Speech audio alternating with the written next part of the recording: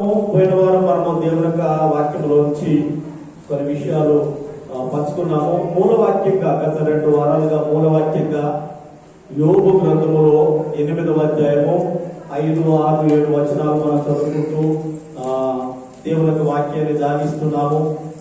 మనము పోయిన వారం ధ్యానాన్ని మనము ఆలోచించినప్పుడు పోయిన వారము దేవుని సన్నిధిలో ఏ విధంగా మనము ఆలోచించాలి, ఏ విధంగా మనం నడుచుకోవాలి అనేది, దేన్ని వెతకాలి, దేన్ని వెంబడించాలి, దేన్ని వెంబడించాలనే అంశం మీద మనము మాట్లాడుకున్నాం. అయితే యోబు గ్రంథములోని ఈ 8వ అధ్యాయము 7వ వచనాన్ని మరొకసారి చదివి నేను ముందుకు వెళ్దాం. ఈరోజు మన అంశము వేరు, అంటే దానికి అనుబంధంగా ఉంటది కనుక ఆ మాట ఒకసారి చదివి ముందుకు వెళ్దాం. అప్పుడు నీ స్థితి మొదట కొద్దిగా నుండినను తుదకు నీవు మహా అభివృద్ధి పొందుదువు. ఓకే, అది 5, 6 వచనాలు మనం గమనించినప్పుడు దేవుడైన యెహోవాను జాగ్రత్తగా వెదికిన ఎడల సర్వశక్తుడగు దేవుని బతిమాలుకొనిన ఎడల నీవు పవిత్రుడవై యథార్థవంతమైన ఎడల నిశ్చయముగా ఆయన నీ యందు శ్రద్ధ నిలిపి నీ నీతికి తగినట్లుగా నీ నివాస స్థలమును వర్ధిల్ల చేయును. అప్పుడు ఎప్పుడైతే దేవుడు నీ నివాస స్థలమును వర్ధిల్ల చేస్తాడు, అప్పుడు మొదట నీ స్థితి కొద్దిగా ఉండినను తుదకు నీవు మహాభివృద్ధి పొందుదువు. అలాంటి ఒక వ్యక్తిని నేను మీకు ఈ రోజు పరిచయం చేయాలని ఆశపడుతున్నాను. దినవృత్తాంతముల గ్రంథం, మొదటి దినవృత్తాంతముల గ్రంథము 4వ అధ్యాయము 9, 10 వచనాల్లో, మొదటి దినవృత్తాంతముల గ్రంథము 4వ అధ్యాయము 9, 10 వచనాల్లో ఒక వ్యక్తిని గురించి నేను మీకు పరిచయం చేయాలని ఆశపడుతున్నాను. చదవండి. యబ్బేజు తన సహోదరుల కంటే ఘనము పొందిన వాడై ఉండేది. వేదన పడి ఇతని కంటినని అతని తల్లి అతనికి యబ్బేజు అని పేరు పెట్టెను.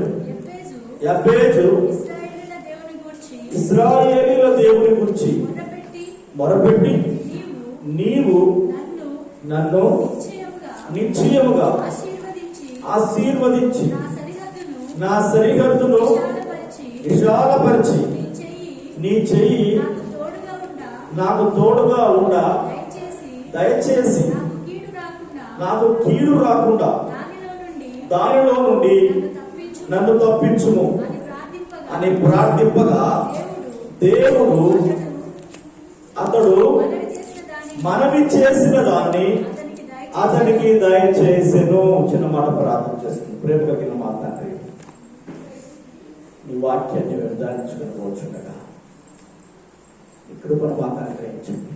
మా అందరితో మాట్లాడండి. మా జీవితాలకు సరిపడు మాటలు మీరు మాకు అందించమని ఈ శిల్వ చట్టను మరుగుపరిచి మమ్మల్ని బలపరచమని యేసు నామమున ప్రార్థిస్తున్నాము తండ్రి. ఆమేన్. దేవునికి స్తోత్రం. హల్లెలూయా.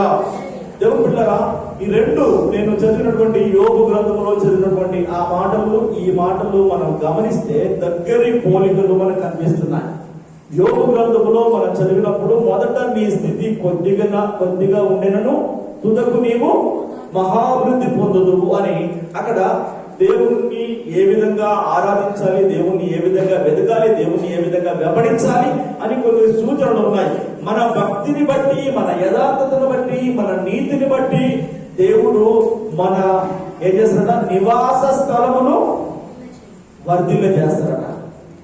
ఇక్కడ కూడా యబ్బేజు దేవునికి ప్రార్థన చేస్తున్నాడు. చూడండి, ఆయన గురించి బైబిల్లో ఎక్కడ లేదు, ఈ 2 వచనాల్లోనే ఉంది. బైబిల్లో ఆయన గురించిన సమాచారం ఎక్కడ లేదు, కేవలం ఈ 2 వచనాల్లో మాత్రమే ఉన్నది. కానీ ఈ రోజు ఆయన గురించి మనము ధ్యానం చేసుకుంటున్నాం. ఆయన చేసిన క్లుప్త ప్రార్థన ఎంతో మందికి ఆదర్శంగా మారింది. ఆయన చేసిన చిన్న ప్రార్థన ఎంతో మందికి దీవెనకరంగా మారింది. ఆయన చేసిన ఆ యొక్క సింపుల్ ప్రేయర్, సాధారణమైన ప్రార్థన అందరికీ మాదిరికరంగా అయిపోయింది. ఎందుకు తెలుసా? ఆయన వృత్తాంతం మనం గమనిస్తే ఆయన తల్లిదండ్రులు ఎవరో తెలియదు, ఆయన అన్నదమ్ములు ఎవరో తెలియదు, ఆయన ఊరు తెలియదు, ఆయన గోత్రం తెలియదు, ఆయన పేరు తెలియదు. అయినప్పటికీ ఆయన బుద్ధి తెలియదు, ఆయన ఎవరో కూడా ఎవరికి అవగాహన లేదు. అయినప్పటికీ ఆయన చేసిన ప్రార్థనను మనం ఏం చేస్తున్నాం? ఇప్పుడు మాదిరికరంగా తీసుకొని ధ్యానం చేస్తున్నాం. ఎందుకంటే అది ఎంతో అర్థవంతమైంది, శక్తివంతమైందిగా మనం చూస్తున్నాం. చూడండి 9వ వచనం, ఎబ్బేజు తన సహోదరులకు అంటే ఘనత పొందిన వాడై ఉంటుంది. దీన్ని బట్టి మనకి ఏమవుతుందంటే అతనికి అన్నదమ్ములు ఉన్నారు అంతే సమాచారం. అతనికి అన్నదమ్ములు ఉన్నారు, తల్లి ఉన్నది, తల్లి లేకుండా రాడు కనుక అన్నదమ్ములు ఉన్నారు, తల్లి ఉన్నది. కాకపోతే అన్నదమ్ముల కంటే కూడా ఇతడు గనుడుగా ఎంచబడ్డాడు, అన్నదమ్ముల కంటే ఇతడు గొప్పవాడుగా ఎంచబడ్డాడు. ఎందుకు ఎంచబడ్డాడో తర్వాత వచనంలో మనకు అర్థమవుతుంది. అయితే మొదటి అతని పరిస్థితి ఏంటి అంటే, అసలు ఆ తల్లి అందట అసలు వీడు ఎందుకు పుట్టాడా అని బాధపడ్డాడట. ఏమండి ఏంటంటే అతని పేరేంటి? వేదన పడి ఇతన్ని కంటినని అతని తల్లి అతనికి ఎబ్బేజు అను పేరు పెట్టి. ఎబ్బేజు అంటే ఏంటంటే వేదన. ఎబ్బేజు అంటే ఏంటిది? దుఃఖము. వీడు పుట్టడంతోనే నాకు దుఃఖం స్టార్ట్ అయిందంట కొంతమంది. ఏమంటారు కొంతమంది? వీడు పుట్టుకతోనే నాకు కష్టాలు స్టార్ట్ అయినాయి చెప్తారు కదా. వీడు పుట్టడంతో నాకు కష్టాలు స్టార్ట్ అయిపోయినాయి, వీడు పుట్టడంతోనే నాకు దుఃఖం స్టార్ట్ అయిపోయింది, వీడు పుట్టడంతో నాకు కరువు స్టార్ట్ అయిపోయింది, రకరకాలు చెప్పుకుంటారు. అంటే గొప్పలు కాదు, తిప్పలు చెప్పుకుంటారు. ఆ తిప్పలు చెప్పుకునే రకంలో ఎబ్బేజు కూడా ఉన్నాడు. వాళ్ళ అమ్మ చెప్పుకుంటుంది అతని గురించి చెప్పుకోవడానికి గొప్ప ఏమీ లేదు. వీడు పుట్టిన కానించాలి నాకు వేదనే. చెప్పండి, వీడు పుట్టిన కానించాలి వేదనే, నాకు దుఃఖమే, నాకు బాధే. అందుకే ఇతనికి వేదన పుత్రుడు. ఎబ్బేజు అంటే వేదన పుత్రుడు. ఏమండి అలాంటి స్థితి. అసలు వీడు ఎందుకు పుట్టారా అని ఎన్నిసార్లు అనుకున్నది వాళ్ళమ్మ. అలాంటి స్థితి. కానీ అలాంటి స్థితి నుండి అతడు తన సహోదరులందరికంటే కూడా చెప్పండి గనుడుగా ఎంచబడ్డాడు. తన సహోదరులందరికంటే కూడా ఏం చెప్పండి చెప్పండి ఘనత పొందాడు. అసలు వాళ్ళందరికంటే ఇతన్ని హీనంగా చూసింది వాళ్ళమ్మ మొదట. చెప్పండి, వాళ్ళందరికంటే ఇతన్ని హీనంగా చూసింది, బాధగా చూసింది. అసలు కూడా పుట్టకుండా బాగుండదు అనుకున్నదేమో. మరి ఎన్ని తలపులు తెచ్చాడో మనకు తెలియదు, అతని గురించి ఏం సమాచారం. కానీ దేవుని పిల్లరా, అక్కడ రాయబడ్డ మాట ఎబ్బేజు తన సహోదరుల కంటే ఘనత పొందిన వాడై ఉండెను. తల్లేమో వేదన పడ్డది, కానీ చివరికి వచ్చేసరికి తన సహోదరుల కంటే కూడా అతడు ఘనత పొందినవాడు. ఆయన తృణీకరించబడ్డవాడు ఘనత పొందినవాడయ్యాడు. తృణీకరించబడినవాడు ఘనత పొందినవాడయ్యాడు. ఇదే సిమిలర్ స్టోరీ కనుక మనం చూస్తే దావీదు విషయంలో కూడా మనకు అదే కనిపిస్తుంది. దావీదుకు అన్నలు ఉన్నారు, వాళ్ళ సైన్యంలో ఉన్నారు. సమూయేలు వచ్చి రాజును అభిషేకించడానికి వచ్చినప్పుడు యెషయా ఏం చేశాడంటే వాళ్ళ పెద్ద కొడుకులందరినీ తీసుకుని వచ్చాడు. అందరిని తీసుకొచ్చి ఇగో ఇద్దరిని చూడండి అంటే అందరిని చూశాడు సమూయేలు. రాజుగా ఉండడానికి ఇతడు పనికిరాడు అనుకున్నాడు అని చెప్పి ఇంకెవరైనా ఉన్నారా అన్నాడు. అప్పుడు ఏమన్నాడు తండ్రి? ఉన్నాడు ఒకడు, ఆడు పనికిరాడు ఉన్నాడు. ఏం చేస్తున్నాడు? గొర్రెలు కాస్తున్నాడు. చదువు లేదు, సంధ్య లేదు, ఏమీ లేదు. సంధ్య అంటే గర్ల్ ఫ్రెండ్ కాదు, మామూలుగా చదువు సంధ్య అంటే కదా. చదువు సంధ్య ఈ రోజుల్లో ఎవరికైనా ఉన్నారు కదా, ఎదవరకే అంటారు కదా, ఎదవరకే ఎక్కువ మంది ఉంటారట. సో అంటే ఇక్కడ ఆయన తండ్రి దృష్టిలో దావీదు ఏంటి చెప్పండి? ఉన్నాడండి చిన్నోడు, కానీ నీవు అనుకున్న పనికి రాడు. నువ్వు వెతుకుతున్న పనికి వాడు అర్హుడు కాదు అని తండ్రి పక్కన పెట్టేసి లిస్టులోంచి తీసేశాడు. సమూయేలు అడిగితే కానీ అతడు ఉన్నాడని చెప్పలేదు. అంటే దాని అర్థం ఏంటి? అసలు తండ్రి లిస్టులో దావీదు లేడు. అంటే లేడు అంటే రాజుగా కావడానికి అతడు లిస్ట్ లోనే లేడు, తీసేశాడు. కానీ సమయాలు నాడు ఒకసారి పిలిపించయ్యా, ఎందుకైనా మంచిది అన్నాడు. పిలిపిస్తే దేవుడు చెప్పాడు, సమయాలు అసలు ఇతడే నీకు కావలసినాడు. ఆమేన్, హల్లెలూయా. నాకు కావలసినప్పుడు ఇతడే, ఇతన్ని అభిషేకించమని చెప్పి. చూడండి, వారి అన్నలందరికంటే కూడా దావీదు ఏం చేశాడు? ఏమయ్యాడు? ఘనత పొందాడు, ఘనుడు అయ్యాడు. దావీదు అన్యాలకు భోజనం ఇవ్వడానికి, యోగక్షేమాలు తెలుసుకోవడానికి వెళ్ళినప్పుడు అన్నలందరూ కూడా అతను ఏమన్నారు? నువ్వు వెళ్ళిపో, నువ్వు ఇంటికి వెళ్ళిపో, నువ్వు ఇంటికి వెళ్ళిపో, ఇక్కడ పిచ్చి పిచ్చి చేశాను, గొలియాతో యుద్ధం చేస్తున్నట్టున్నావు, మా బరువు తీస్తావు, ఇంటికి వెళ్ళిపో, ఇంటికి వెళ్ళిపో అన్నారు. అవునా కదా? ఇంటికి వెళ్ళిపో, ఇంటికి వెళ్ళిపో అన్నారు. ఇప్పుడు ఏదన్నా ఫ్రెండ్స్ దగ్గరికి వెళ్తే, పెద్దోళ్ళు వెళ్తే, పెద్దలతో పాటు చిన్నోళ్ళు వెళ్తే వీళ్ళకి చిరాకు, నామోషి, నువ్వు ఇంటికి వెళ్ళిపో, నువ్వు ఇంటికి వెళ్ళిపో. ఫ్రెండ్స్ వాళ్ళ ఫ్రెండ్స్ దగ్గరికి బర్త్డే చెప్తారంటే చింతలు నేను వస్తానంటది. ఇక వారికి చిరాకు, నా బరువు తీయకు, వద్దు అనా. అలాగే దావీదు పరిస్థితి కాదే అలాగనే. కానీ చూసారా, తర్వాత దావీదు సైన్యాధిపతి అయ్యాడు. ఏ అన్నలైతే నువ్వు ఎందుకు పనికి రావన్నారో, దావీదు రాజు అయ్యాడు. ఏ అన్నలైతే నువ్వు ఎందుకు పనికి రావన్నారో వారే ఆయన కింద పని చేశారు. ఆమేన్, హల్లెలూయా. దేవుని బిడ్డలారా, ఎందుకంటే దావీదు దేవుని మీద ఆధారపడ్డాడు. దావీదు దేవుణ్ణి ముందు పెట్టుకున్నాడు. ఇంతకుముందు చదివిన కీర్తనలో కూడా, నీ సన్నిధిని వెతుకుమని నువ్వు నాతో చెప్పగా నా హృదయంతో నేను చెప్పాను, నా హృదయము ఎవరిదన్నా వెతికెదనన్నది. దేవుని సన్నిధిని వెతికిన వ్యక్తుల్లో మొదటివాడు, దేవుణ్ణి ప్రేమించిన వ్యక్తుల్లో మొదటివాడు, దేవుని హృదయంలో అర్థం చేసుకునే విషయంలో దావీదు ముఖ్యుడు అని మనం చెప్పుకోగలం. కనుక దేవుడు పెట్టారా, ఎందుకంటే ఇవి రెండు కూడా సిమిలర్ గా ఉన్నాయని ఆ మాట చెప్పారు. అయితే వేదనకు గురి చేసినటువంటి వ్యక్తి తన సహోదరులందరికంటే, ఎబ్బేదు తన సహోదరులందరికంటే చెప్పండి ఘనమైనటువంటి వాడుగా భావించబడ్డాడు, పరిగణించబడ్డాడు, ఘనత పొందిన వాడయ్యాడు. కారణం ఏంటి, రీజన్ ఏంటి అని మనం చదివితే 10వ వచనంలో దానికి వివరణ ఇవ్వబడ్డది. 10వ వచనంలో చూడండి, ఎబ్బేదు చేసిన ఒక చిన్న ప్రార్థన. ఆమేన్, హల్లెలూయా.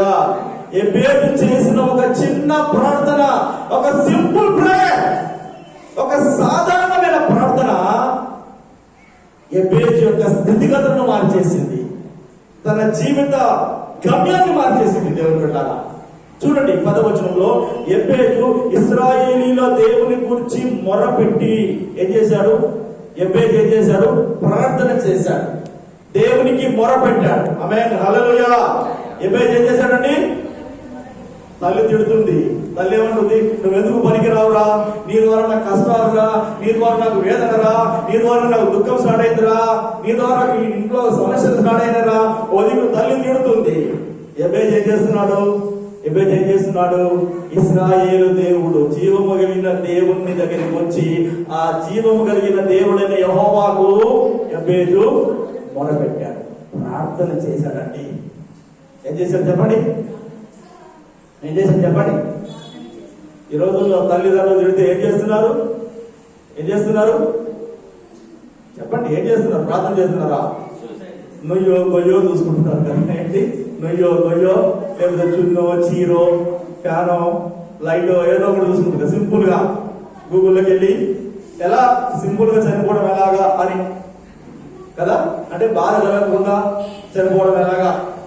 అవన్నీ కూడా చనిపోదామని చెప్తుందట ఆమె, ఇంట్లో గొడవ పెడుతుంది. చనిపోదామని వెళ్ళిపోయి వచ్చి మళ్ళీ వెనుకొచ్చిందట. వెనుకొచ్చి మళ్ళీ అంతా పౌడర్ వేసుకుని మేకప్ వేసుకుంటుందట. ఏమో పోతున్నా చనిపోతున్నా పోయావు, మళ్ళీ వచ్చి మేకప్ వేసుకుంటాం అనుకుంటా ఆవిడదట. మరి చనిపోయిన తర్వాత ఒక నన్ను ఫోటో తీసి పేపర్లు వేస్తారు కదా, నా ముఖం మంచిగా రావాలి కదా అని మేకప్ వేసుకుంటాను అంటదట.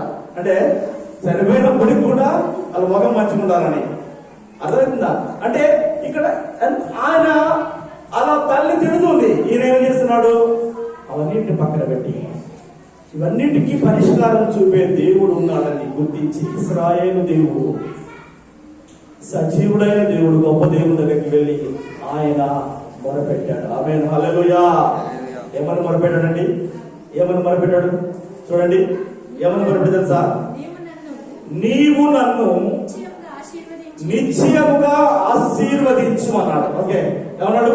ఒకటే మాట ప్రభువా నా సమస్యకు పరిష్కారం ఏంటంటే నీవు నన్ను నిశ్చయముగా ఆశీర్వదించు. నా సమస్యకు పరిష్కారము నీ ఆశీర్వాదమే. నువ్విచ్చే ఆశీర్వాదమే నా సమస్యకు పరిష్కారము. కనుక నిశ్చయముగా నీవు నన్ను ఆశీర్వదించు. చెప్పండి, ఏమంటున్నాడు? నిశ్చయముగా నీవు నన్ను ఆశీర్వదించు అంటున్నాడు. క్లియర్ కట్ గా నిశ్చయముగా నీవు నన్ను ఆశీర్వదించమంటున్నాడు. అతనికి తెలుసు దేవుడు ఆశీర్వదిస్తేనే.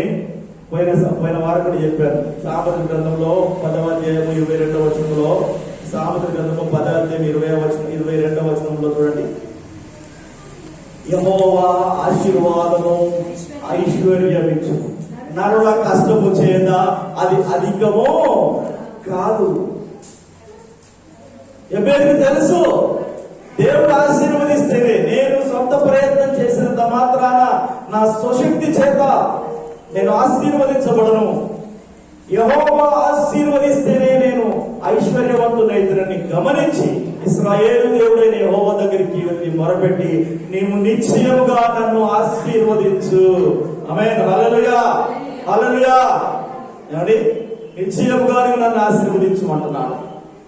ఒకటే మాట, నన్ను ఆశీర్వదించు. ఇదే విధంగా ప్రార్థన చేసి ఇంకొక వ్యక్తి గుర్తు రావాలి మీకు. ఎవరు చెప్పండి?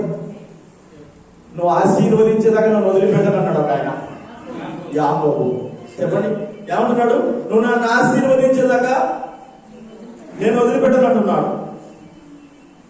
నువ్వు నన్ను ఆశీర్వదించేదాకా 32వ ఆదికాండం 32వ అధ్యాయము 26వ వచనం అనుకుంటా చూడండి.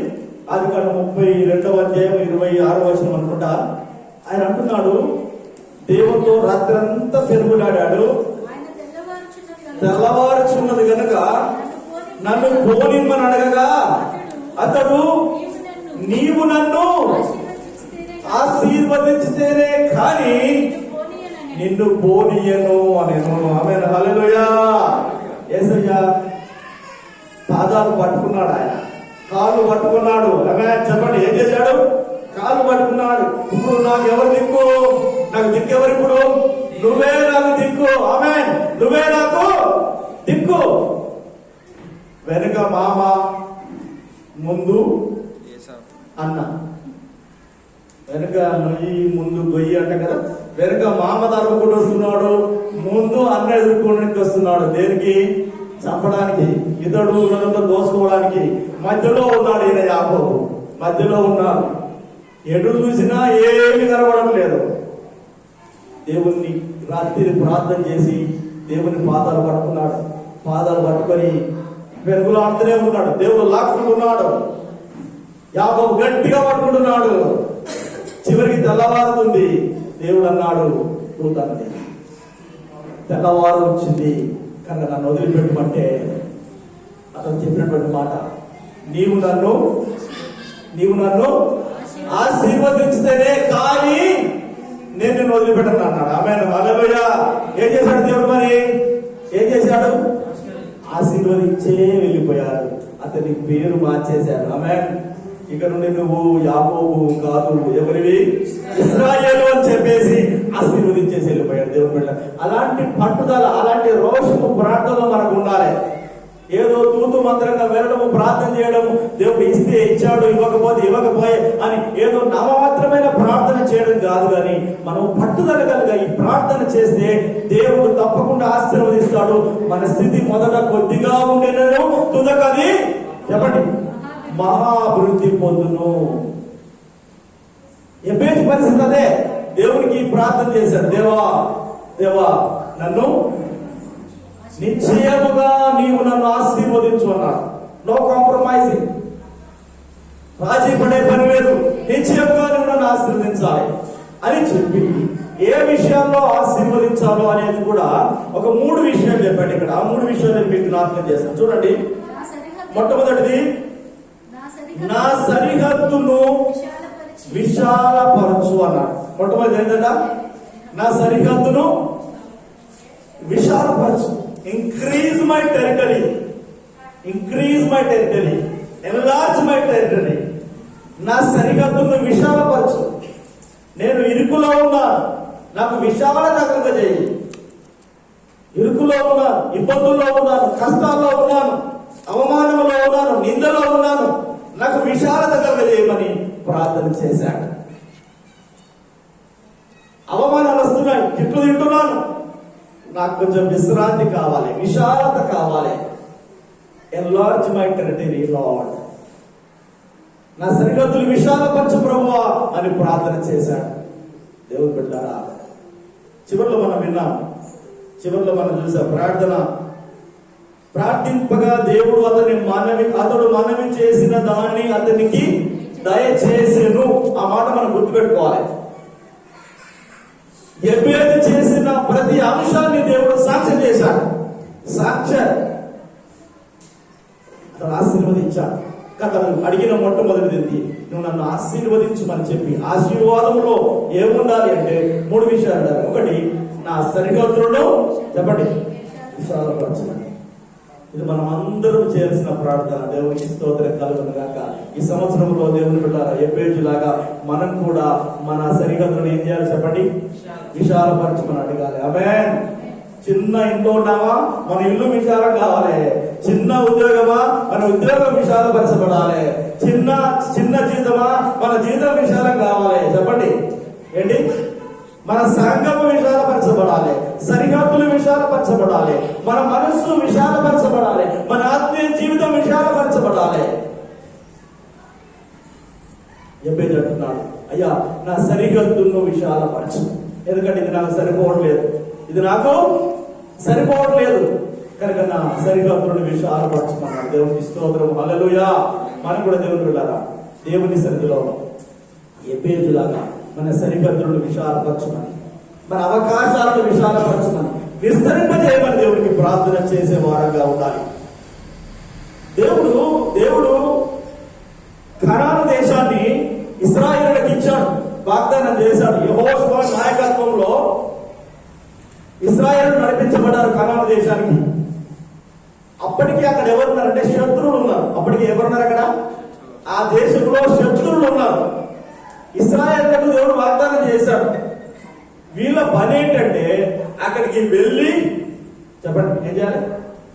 అక్కడికి వెళ్ళి వారితో యుద్ధం చేసి, వారిని జయించి, వారిని పారద్రోలి అప్పుడు దాన్ని కబ్జా చేసుకోవాలి. మన భాషలో కబ్జా అంటాం కదా, మనం ఆక్రమించుకోవాలి. ఎందుకంటే మనదే కానీ శత్రువు వచ్చి అక్కడ ఆక్రమించుకున్నాడు. దేవుడు చెప్పాడు, ఇది నీదే పోయి తీసుకో అంటే వీళ్ళు వెళ్ళి అక్కడికి వెళ్ళి ఆ స్థలాన్ని ఆక్రమించుకోవాలి. ఆమేన్, హల్లెలూయా. దేవుని బిడ్డలారా, సరిహద్దులు విశాలపరచుకుంటే ఏదో మనము నామమాత్రంగా ప్రార్థన చేస్తే కాదు, శత్రువు బలమైన వాడైతే మనం ఏం చేయాలి? పోటీ గట్టిగా ఉంటే మనం ఏం చేయాలి? బలంగా పోరాడాలి, బలంగా ప్రార్థన చేయాలి, దేవుని సన్నిధిలో గోదాడాలి. అప్పుడే మన సరిహద్దులు విశాలపరచబడతాయి.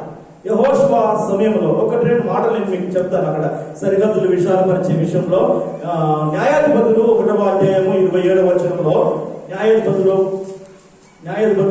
1వ అధ్యాయం 27వ వచనంలో ఒక మాట త్వరగా చదివి ముందుకు వెళ్దాం. మనకు న్యాయాధిపతులు 1వ అధ్యాయం 27వ వచనంలో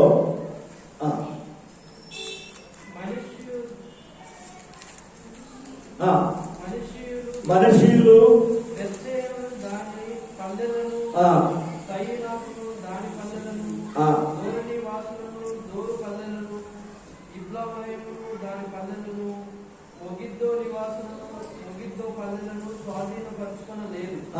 ఏదైనగా కనానీయులు ఆ దేశంలో నివసింపవలనని గట్టి పట్టు పట్టి ఉంది. కనానీయులు ఎవరు? శత్రువులు. అంటే కొంత భాగాన్ని మీరు ఆక్రమించుకున్నారు.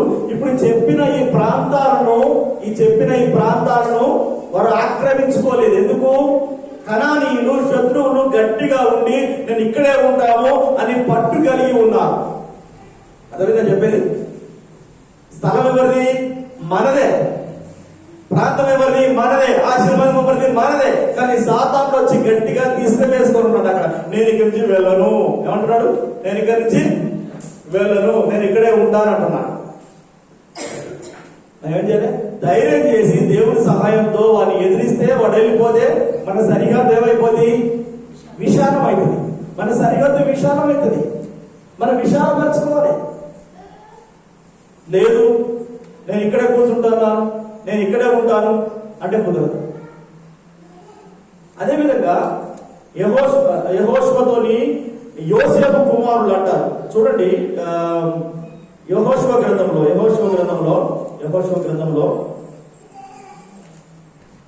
18వ అధ్యాయము, యెహోషువ గ్రంథం 18వ అధ్యాయం 1-2-3 వచనాలు చదువుతాం త్వరగా. ఎందుకంటే సరిహద్దుల గురించి సంభాషణ కనుక.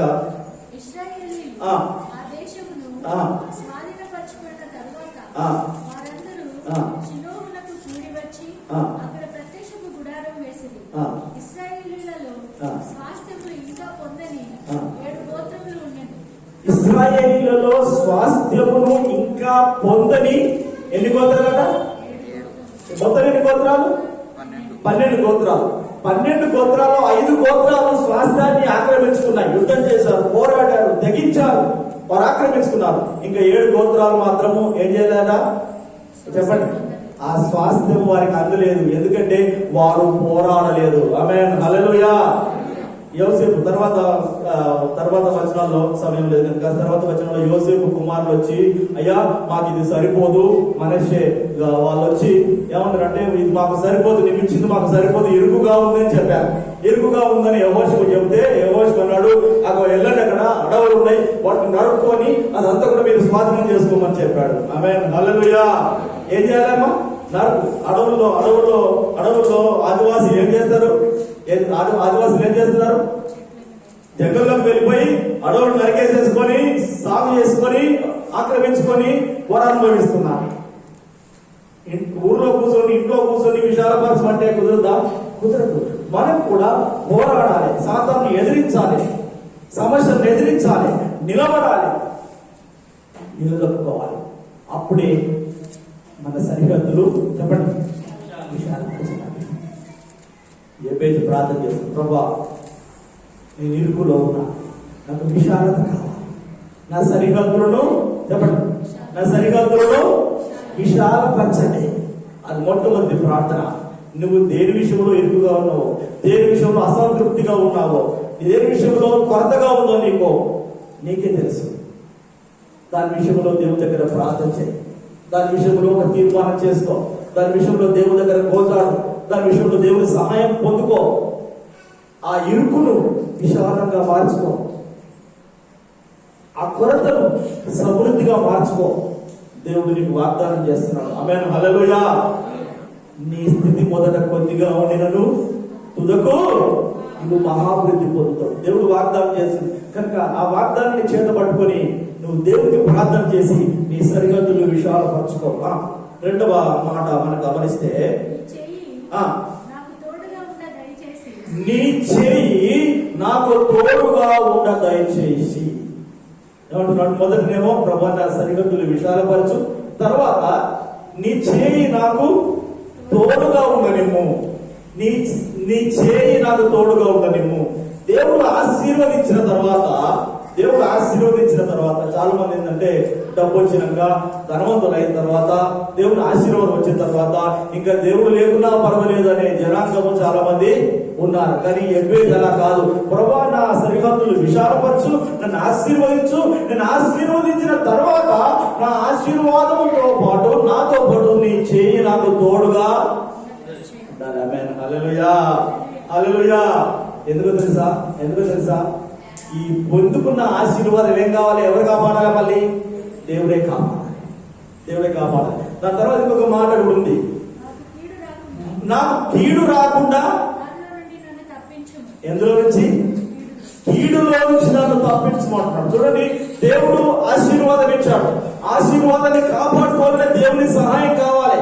మనం ఆశీర్వదించబడము, శత్రువులు చూసి మనకేం కలగజేస్తారు? ఈ మధ్య పేపర్లో ఏంటంటే పాపం ముసలోళ్ళు ఇద్దరు ఇంట్లో ఉంటే వెళ్ళిపోయి ముసలులను చంపేసేసి ముగ్గులకు చెవులకి చేతులతో లాక్కొని వెళ్ళిపోయారట. మామూలుగా ముసలోళ్ళు అదే ఒకసారి పేపర్లో టీవీలో చూసాం.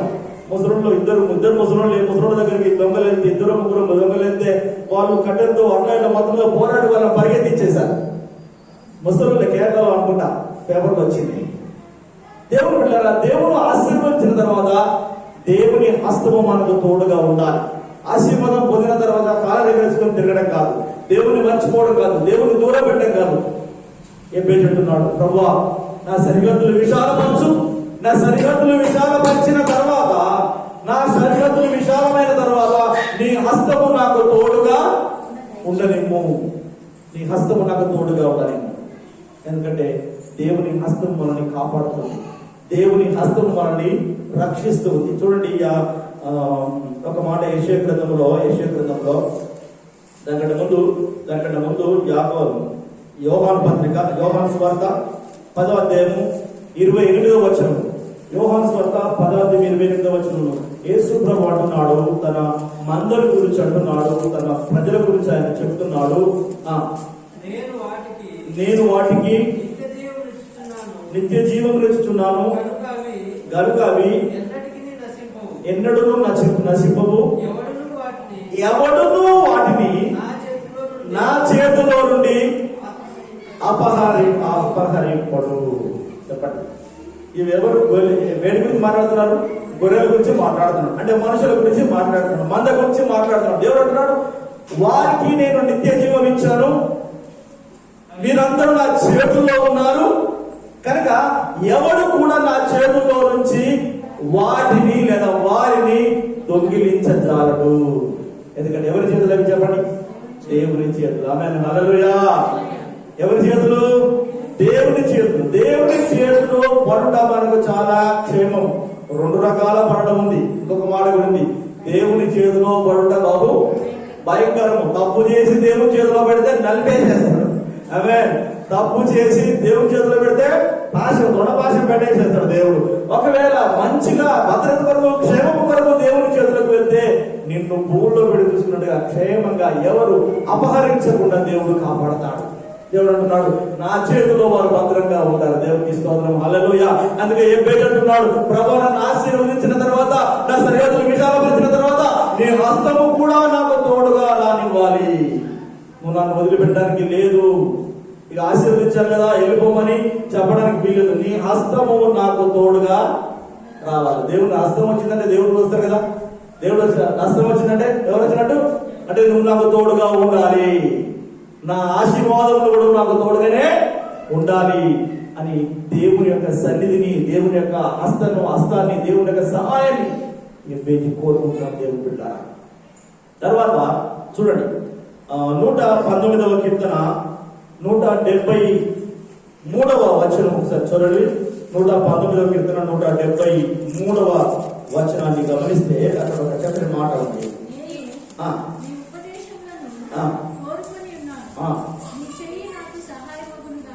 నీ చెయ్యి నాకు సహాయమగును గాక. నేను నీ ఉపదేశమును కోరుకొని ఉన్నాను, నేను నీ బోధ వింటున్నాను, నేను నీ మాటలు కావాలనుకుంటున్నాను కనుక నీ చెయ్యి నాకు సహాయం అవును గాక. ఎవరి చేయి? దేవుని చేయి సహాయం అవును గాక. ఎప్పుడైతే దేవుని మాట మనం వింటాం, ఎవరింటాడ? నీ ఉపదేశం నేను కోరుకుంటున్నాను, నీ బోధ నేను వింటున్నాను కనుక నీ మాట నేను వింటున్నా కనుక నీ చేయి నాకు సహాయం అవును గాక. దేవుని బిడ్డలు ఎవరైతే దేవుని మాట వింటారో, ఎవరైతే దేవుని మాటకు లోపడతారో, ఎవరైతే దేవుని మాటను అంగీకరించి అనుసరిస్తారో వారికి దేవుని సహాయం తప్పకుండా ఉంటుంది. ఎప్పుడైతే అంటున్నాడు, నీ హస్తము నాకు తోడుగా. యెషయా గ్రంథంలో ఇంకొక మాట కూడా చదివి ముందుకుందాం. యెషయా గ్రంథం 41వ అధ్యాయము 10వ వచనంలో, 41వ అధ్యాయం యెషయా గ్రంథం 41వ అధ్యాయం 10వ వచనంలో చూడండి. భూదిగంతముల నుండి నేను పట్టుకొని దాని కొనల నుండి పిలుచుకొనిన వాడా, నీవు నా దాసుడవనియు నేను నిన్ను ఉపేక్షింపక ఏర్పరచుకొంటిననియు నేను నీతో చెప్పి ఉన్నాను, నీకు తోడై ఉన్నాను, భయపడకుము, నేను నీ దేవుడై ఉన్నాను, దిగులు పడకుము, నేను నిన్ను బలపడుతును, నీకు సహాయం చేయడం నేనే, నీతియను నా దక్షిణ హస్తముతో నిన్ను ఆదుకొందును. ఆమేన్, హల్లెలూయా. ఎవరైతే దేవుని మాట వింటారో, ఎవరైతే దేవుని ఉపదేశమును అంగీకరిస్తారో వారికి దేవుడు చేసే వాగ్దానం ఏంటంటే, నీతియను నా దక్షిణ హస్తముతో నిన్ను నేను ఆదుకుంటాను. అంటున్నాడు. దేవునికి స్తోత్రం, హల్లెలూయా. దేవుని బిడ్డారా, అందుకే ఎబ్బేజీ అంటున్నాడు, ప్రభువా నీ హస్తము నాకు తోడుగా ఉండదయచేయము అన్నాడు. ఇది రెండవ ప్రార్థన. మొదటిది ఏంటిది? నా సరిహద్దులు విశాలపరచుము. రెండవది నీ హస్తము నాకు తోడుగా రానిమ్ము. మూడవది చూడండి, అందులో మూడవ మాట ఏంటి? కీడు నుండి కీడు రాకుండా దానిలో నుండి నన్ను తప్పించుము. ఇంతకుముందు చెప్పాను కదా, ధనము సమస్త కీడులకు మూలము అని దేవుని వాక్యంలో ఉంది. ధనము కంటే కీడు ఆల్రెడీ వచ్చి ఉంటది. శత్రువుల కన్ను మన మీద ఉంటది, దుష్టుని కన్ను మన మీద ఉంటది. కనుక తప్పకుండా దాని నుంచి చూడండి, ధనవంతులు అందరూ మనలాగా స్వేచ్ఛగా దిగుతారండి. మనలాగా స్వేచ్ఛగా దిగుతారు. డబ్బున్నోళ్ళు, ధనవంతులు, ముఖేష్ అంబానో, అనిల్ అంబానో అందరూ తెలిసిన వాళ్ళు ఒంటరిగా తిరుగుతారా? మనకులాగా రాత్రి పగలనగా తిరుగుతారా? మనకి ఏం కావాలి? డజన్ల కొద్ది సెక్యూరిటీ కావాలి, డజన్ల కొద్ది బాడీ గార్డ్స్ కావాలి. ఎందుకంటే అందరి దృష్టి వారి మీద ఉంది. కొన్నిసార్లు సొంత కుటుంబ సభ్యుల దృష్టి కూడా వారి పైన ఉండి సొంత ఆస్తి కొరకు, ప్రాపర్టీ కొరకు ప్రాణాలు తీసిన సంఘటనలు, సందర్భాలు ఉన్నాయి. అందుకే నేను అంటున్నాడు, నువ్వు నన్ను ఆశీర్వదించిన మాత్రమే కాదు, నీ హస్తము నాకు తోడుగా ఉండాలి. అంత మాత్రమే కాదు, ప్రతి విధమైన కీడు నుండి నీవు నన్ను చెప్పండి కాపాడాలి. ఆమేన్, హల్లెలూయా. దేవుని బిడ్డలారా, ఇంతకంటే కూడా మనిషికి కావలసినవి ఏమున్నాయి చెప్పండి? ఇంతకంటే కూడా మానవుడికి కావలసినవి ఏమీ లేవు. దేవుని సన్నిధి, ఆశీర్వాదంతో దేవుని సన్నిధితో పాటు ప్రతి కీడు నుండి, ప్రతి ప్రమాదం నుంచి రక్షణ, భద్రత. ఎబ్బేజీ చేసిన సాధారణమైన ప్రార్థన, కానీ శక్తివంతమైన ప్రార్థన, రిమార్కబుల్ ప్రేయర్, మర్చిపోలేని ప్రార్థన చేశాడు. అందుకే దేవుడు అతన్ని ఆశీర్వదించాడు. అందుకే యేసుప్రభు కూడా చూడండి, యేసుప్రభు ప్రార్థన, పరలోక ప్రార్థన నేర్పించినప్పుడు మత్తయి సువార్త 6వ అధ్యాయము 13వ వచనం అంటున్నాడు, శోధనలో పడకుండా 6:13 మత్తయి సువార్త 6:13 దుష్టుల నుండి మమ్మల్ని తప్పించమని ప్రార్థన చేయమని యేసుప్రభు నేర్పించాడు. తన శిష్యులకు ఏమని నేర్పించాడు? దుష్టుడు పొంచి ఉన్నాడు. దుష్టుడు ఏం చేస్తున్నాడు? పొంచి ఉన్నాడు. ఎవరిని మింగుతున్నా? మొదటి పత్రిక 5వ అధ్యాయం వచ్చినాము, అతడు గర్జించు సింహం వలె ఎవరిని మింగుతున్నాడు? వాడు ఏం చేస్తున్నాడు? తిరుగుతున్నాడు, పొంచి ఉన్నాడు. ఎవరిని దేవుడిని దూరం చేయాలా, ఎవరిని విశ్వాసం నుంచి తొలగించాలని దుష్టుడు వెతుకుతూ ఉన్నాడు. కనుక మీరు ముందే ప్రార్థన చేయండి. ఏమని? శోధనలోనికి తేక దుష్టు నుండి మమ్మల్ని తప్పించమని ప్రార్థన చేయమని చెప్పాడు. యేసు ప్రభు గెత్సేమనే తోటలో ప్రార్థన చేసినప్పుడు యోహాను సువార్త 17వ అధ్యాయము 15వ వచనములో మనం చూస్తే 17వ అధ్యాయం 15వ వచనం చూడండి. 17:15 అంటాడు, ఆయన ప్రార్థన చేస్తున్నాడు.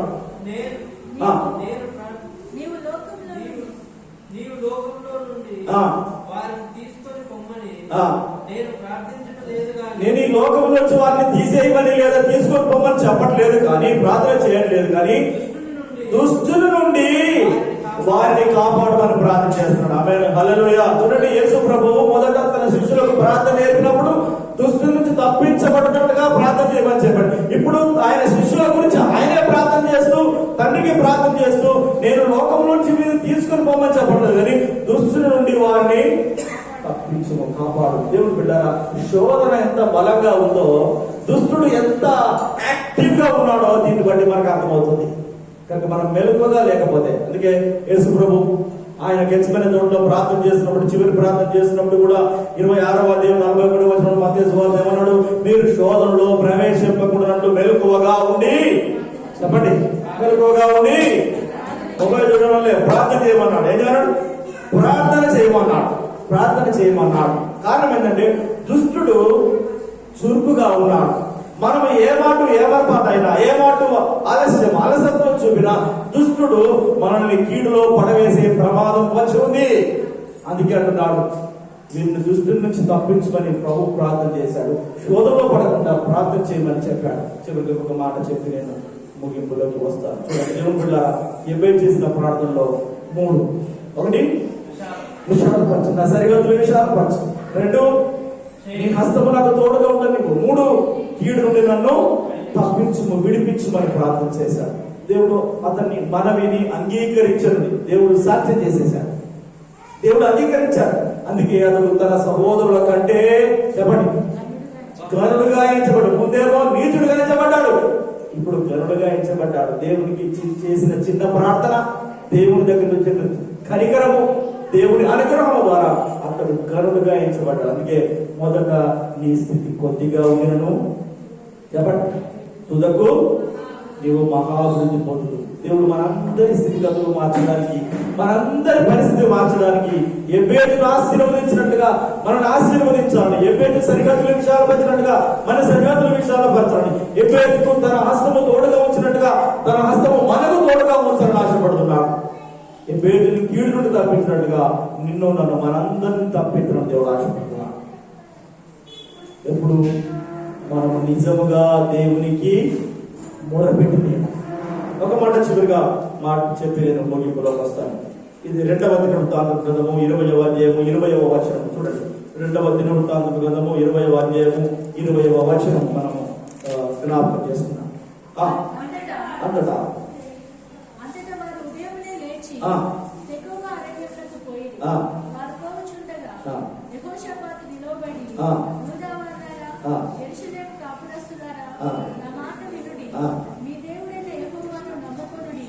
అప్పుడు మీరు స్థిరపరచబడుదురు. ఆయన ప్రవక్తలను నమ్ముకొనుడి. అప్పుడు మీరు కృతార్థులవుతారని చెప్పారు. ఇక్కడ యెహోషాపాతు ఒక రాజు. చెప్పండి, యెహోషాపాతు ఎవరు? ఒక రాజు. కష్ట పరిస్థితుల్లో, క్లిష్ట పరిస్థితుల్లో ప్రజలకు కొన్ని సూచనలు చేస్తున్నాడు రాజు. ఏమంటున్నాడు? మీరు ఏం చేయాలట? నా మాట వినండి. నేను ఒక మాట చెప్తాను, వినండి. ఆ మాట ఏంటంటే, మీ దేవుడైన యెహోవాను నమ్ముకొనుడి. చెప్పండి, ఎవరు నమ్ముకోవాలి? మీ దేవుడైన యెహోవాను. Trust in your God. నమ్ముకోవడం అంటే నేను వేసుకోవడం నమ్ముకోనండి, నేను బాప్తిసం తీసుకున్నానండి, ఈ నమ్ముకోవడం కాదు. ఆ నమ్ముకోవడం అయిపోయింది, ఆ నమ్ముకోవడం అయిపోయింది. నేను చెప్పేది ఆ నమ్ముకోవడం కాదు. Trust in the Lord. దేవుని మీద ఆధారపడండి, దేవుని మీద భారం మోపండి అంటున్నాడు. Trust in the Lord. నీ దేవుడైన యెహోవా నువ్వు నమ్ముకుని తర్వాత అప్పుడు మీరు స్థిరపరచబడదు. You will be established.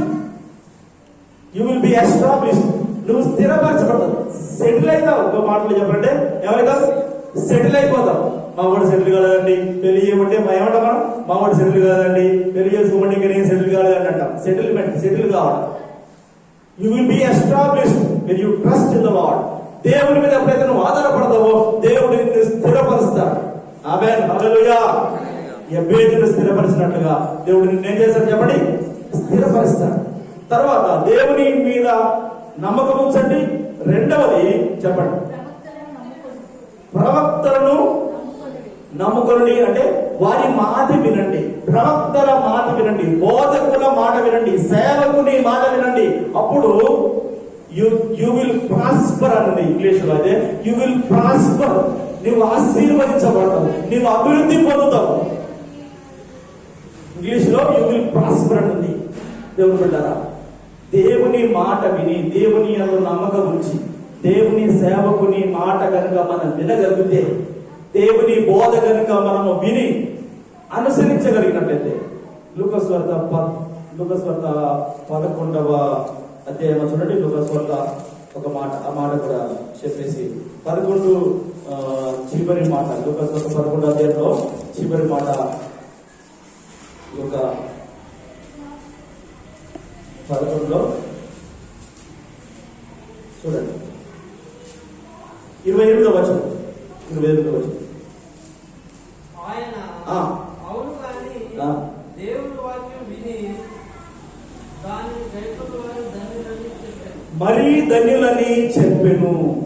దేవుని వాక్యము విని దాన్ని దాన్ని గైకొను వారు, అనుసరించు వారు మరీ ధన్యులని చెప్పారు.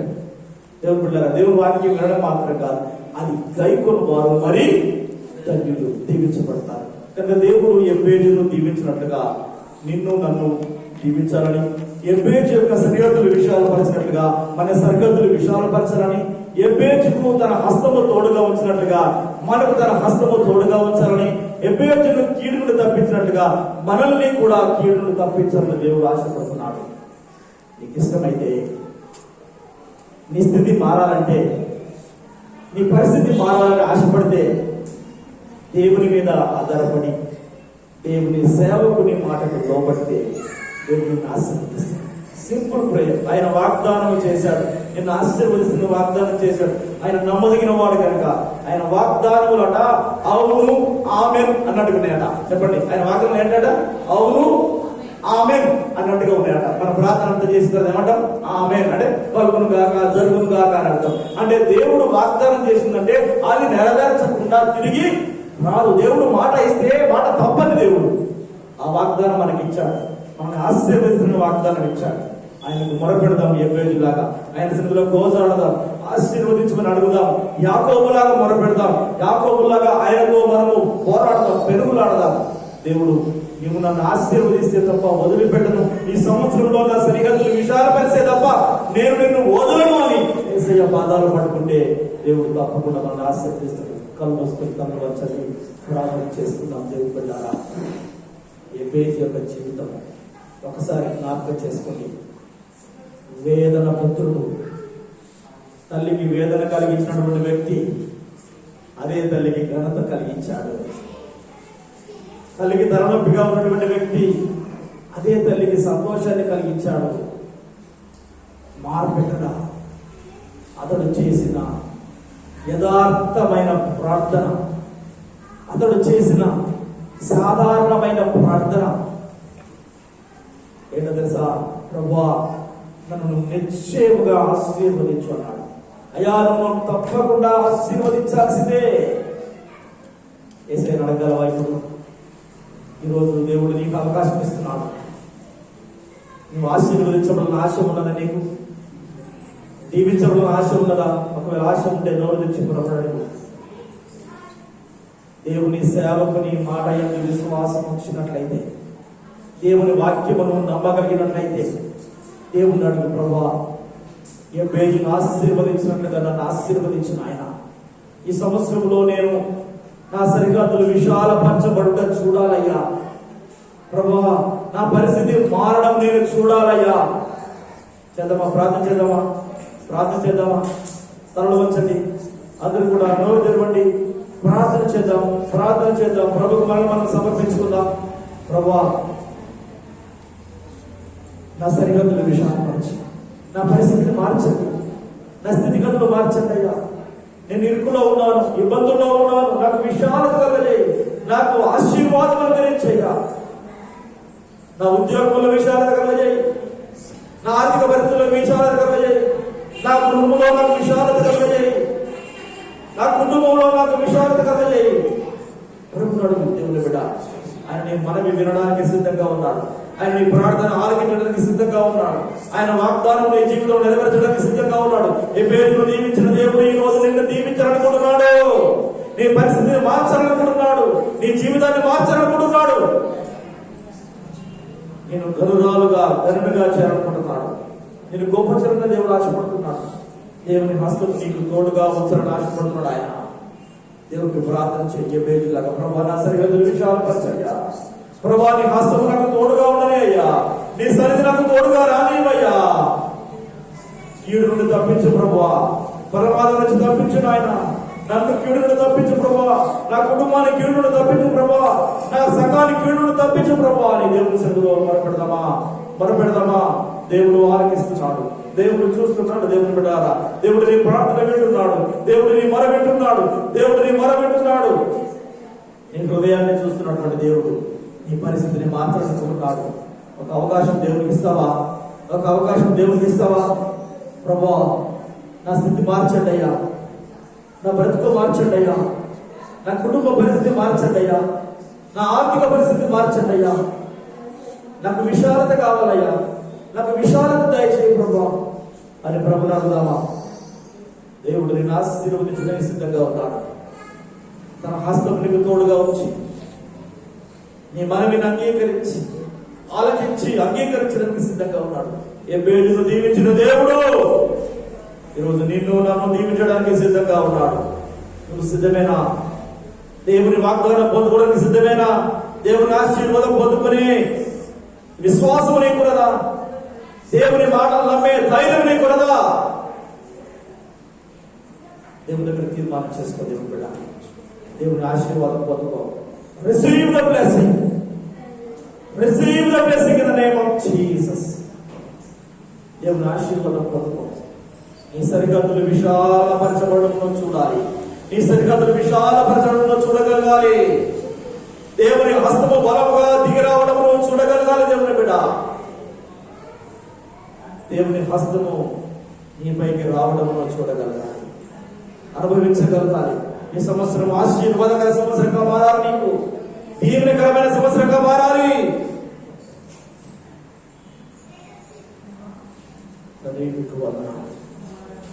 అలా తీర్మానం చేసుకుంటే దేవుడు నేను ప్రార్థన చేస్తాను. ప్రేమ కలిగిన మా తండ్రి, కృప కలిగిన మా దేవానికి వందనాలు, స్తోత్రాలు చూపిస్తున్నాను. మధ్యాహ్నకాల సమయంలో నీ మాటలు మాకు వినిపించాను, నీ స్వరము మాకు వినిపించాను. నీకు స్తోత్రాలు. ఏ పేజీలు దీవించిన దేవుడా, మా ప్రతి ఒక్కరిని మీరు దీవించండి నాయన. ఏ పేజీ మరి ఆలకించిన దేవుడా, మా అందరి వల్ల మీరు ఆలకించమని ప్రార్థన చేస్తున్నాను. ఏ పేజీ సరిహద్దులు విశాలపరిచినట్లుగా మా ప్రతి ఒక్కరి సరిహద్దులు విశాలపరచండి నాయన. ఏ పేజీకు నీ హస్తము తోడుగా ఉంచినట్లుగా మా అందరి కుటుంబాలకు నీ హస్తము తోడుగా ఉంచయ్యా. ఎబేదును కాపాడిన విధముగా ఆ కీడు నుండి మమ్మల్ని అందరినీ కాపాడండి నాయన. నీకు స్తోత్రాలు. నీ దీవించే హస్తము మా పైన చాపండి. నీ కనికరము గల హస్తమును, దక్షిణాస్తమును మాకు తోడుగా ఉంచమని ప్రార్థన చేస్తున్నాయా. నీ సన్నిధిని వెతికే బిడ్డలుగా మమ్మల్ని మార్చండి. నీ మీద ఆధారపడే బిడ్డలుగా మమ్మల్ని మార్చండి. నీ అందు నమ్మకం ఉంచే బిడ్డలుగా మమ్మల్ని మార్చండి. నీ ప్రవర్తన బోధనను మేము అంగీకరించే వారిగా మమ్మల్ని మార్చండి. దీవించండి. వాగ్దానాలన్నీ మా జీవితంలో అనుభవించడానికి సహాయం చేయండి. మా స్థితి కొద్దిగా ఉంది నాయన, అది మహాభివృద్ధి కలుగునట్లుగా మీరు దీవించమని ప్రార్థన చేస్తాం. కృప చూపండి. కృప చూపండి. బిడ్డను ఆశీర్వదించండి. యేసు క్రీస్తు నామమున ప్రార్థించి అడిగి పెట్టుకుంటున్నాము తండ్రి. ఆమేన్, ఆమేన్, ఆమేన్. స్తోత్రం. దీవించుగాక.